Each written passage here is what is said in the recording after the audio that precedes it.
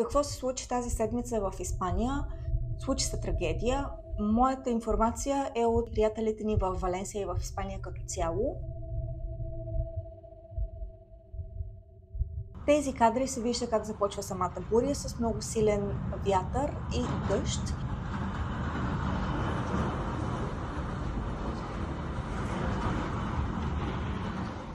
Но най-голямото количество дъжд всъщност не се изсипва в градчетата и селата, а се изсипва в по-планинските региони в областта Валенсия, при което всички язовири и други водоеми и реки преливат.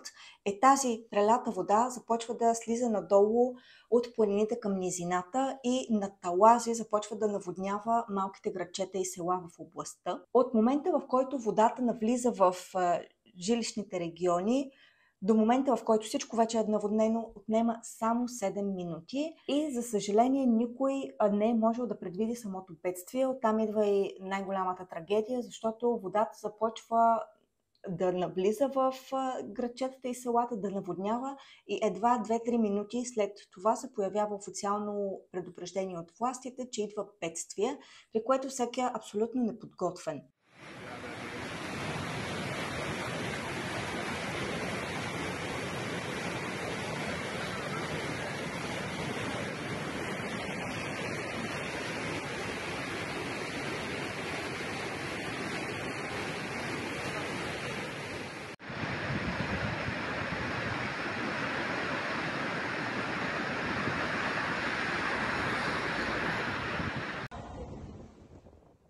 На това видео се вижда как витрините от магазините плават най-свободно по улицата.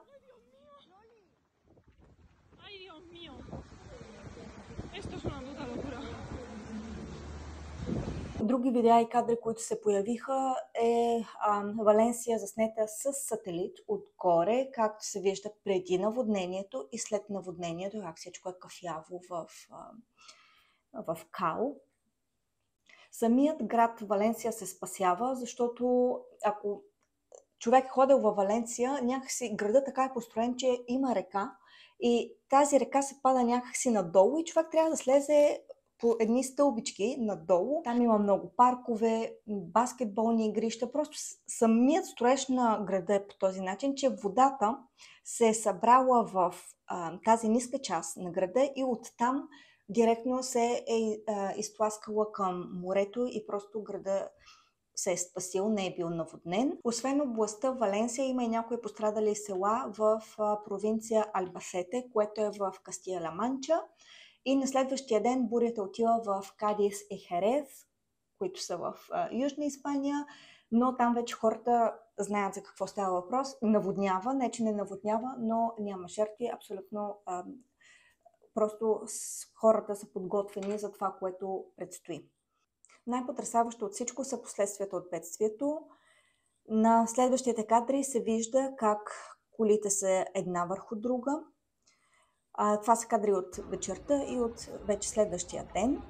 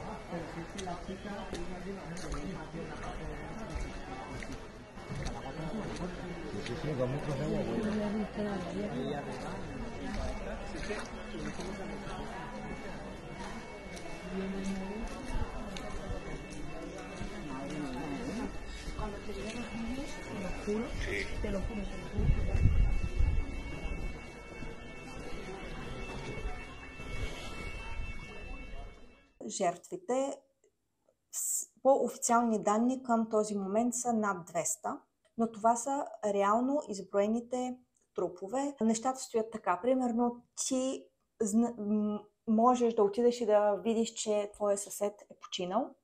Обаждаш се и казваш, моя съсед е починал, само че службите нямат възможност, самите улици са непроходими и нямат възможност да отидат и да вземат тялото на човека, при което докато самото тяло не е отбелязано като жертва от службите, то не се води като жертва. Затова казвам официални данни 200, неофициални данни над 1000 хора се издирват. Най-потресаващото от вчера има един паркинг, който е под земята на 2-3 етажа паркинг, който е залят просто до нивото на улицата, и вчера са влезли вътре водолази и са казали, че вътре е абсолютно гробище. Има стотици или хиляди хора, не знам какво точно са казали, но всеки може да си представи един такъв огромен паркинг и хората се опитват да се спасат. Това нещо се очаква в момента да излезе като информация, но това е наистина най-потресаващото с този паркинг към този момент. От тук нататък цяла Испания се опитва да помогне колкото се може повече на хората, които са пострадали. Следващите кадри са на хора, доброволци, които са се събрали пред една от най-големите забележителности в Валенсия, града на изкуствата и науката. Наши приятели, които живеят в Валенсия, също, когато имат възможност, ходят до съседните села и градчета да помогнат с разчистването. Аз лично не се намирам в Испания, не съм качвала доста време видеа, но се преместихме, вече не живеем в Испания. Това обаче е тема за друго видео. Ако ви интересува къде сме се преместили, следващото видео ще обясна. Но в Испания ни останаха много дрехи и моята свекърва вчера пресортира всички дрехи. Всичко, което не мислим, че повече ще използваме, ще го изпрати, ще го дари за хората в Валенсия. Не съм я питала как точно се правят тези дарения, но предполагам, че ще има пунктове из цяла Испания, където ще се събират храна и дрехи за потърпевшите. И последно да кажа обаче, че не всеки е толкова добронамерен.